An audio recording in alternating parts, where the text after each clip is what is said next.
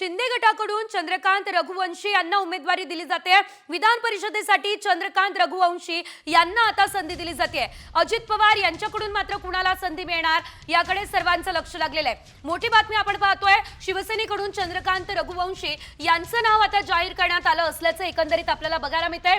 मात्र अजित पवार जे आहेत ते या ठिकाणी धक्का तंत्राचा वापर करणार असल्याचं कळतंय। त्यामुळे अजित पवार नेमकं कुणाला संधी देणार हे बघणं महत्त्वाचं आहे।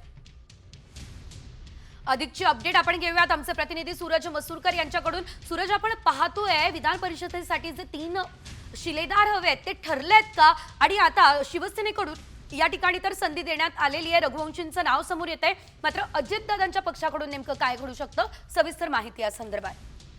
नक्कीच आज अर्ज भरण्याचा शेवटचा दिवस आहे आणि शिवसेनेकडून चंद्रकांत रघुवंशींना जे नंदुरबारचे आहेत त्यांचं नावावरती शिक्कामोर्तब झाल्याची माहिती मिळाली आहे। ही विश्वसनीय सूत्रांनी माहिती दिलेली आहे। याआधी शीतल म्हात्रे असतील किंवा मग अभिजित अटसू असतील आणि नुकतेच काँग्रेसमधून आलेले शिवसेनेमध्ये दंगेकर असतील यांची नावं चर्चेत होती। मात्र आता शिवसेनेकडून जे यांचं नाव जे आहे ते निश्चित झालेलं, चंद्रकांत रघुवंशी यांचं नाव जे आहे ते निश्चित झालेलं आहे। आज ते अर्ज भरतील आणि त्यानंतर नेमकं आता अजित पवारांच्या राष्ट्रवादी नेमकं काय होतं हे पाहणं महत्त्वाचं आहे, कारण त्यांनी देखील अद्याप कोणताही निर्णय आहे तो घेतलेला नाही। उमेदवार नेमका कोण असेल ते कळणार नाही, अजून समजलेलं नाही। मात्र ऐनवेळीच अजित पवारांची जी राष्ट्रवादी आहे ती अर्ज भरायला उमेदवार दाखल करू शकते आणि जी नावं चर्चेत होती त्याच्यापेक्षा कुठलंही वेगळं नाव असणार आहे। अजित पवार कुठलाही तरी धक्का देणार आहे असं जे आहे ती माहिती सूत्रांनी दिलेली आहे।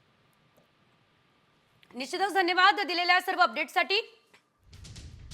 एकंदरीत आपण पाहतोय विधान परिषदेसाठी चंद्रकांत रघुवंशी हे शिवसेनेचे उमेदवार आहे। 27 मार्चला विधान परिषदेची पोटनिवडणूक होणार आहे आणि आज दुपारी 3 वाजेपर्यंत अर्ज भरण्याची अंतिम मुदत आहे। त्यामुळे आता शिवसेनेकडून तर उमेदवाराचं नाव घोषित करण्यात आलं, मात्र आता यामध्ये अजित पवार यांच्या पक्षाची नेमकी भूमिका काय असते, त्यांच्याकडून कुणाचं नाव घोषित केलं जातं हे बघणं देखील तितकंच महत्त्वाचं असणार आहे, कारण जे 3 शिलेदार असणार आहेत ते नेमके कोण असतील याकडे सर्वांचं लक्ष लागलंय।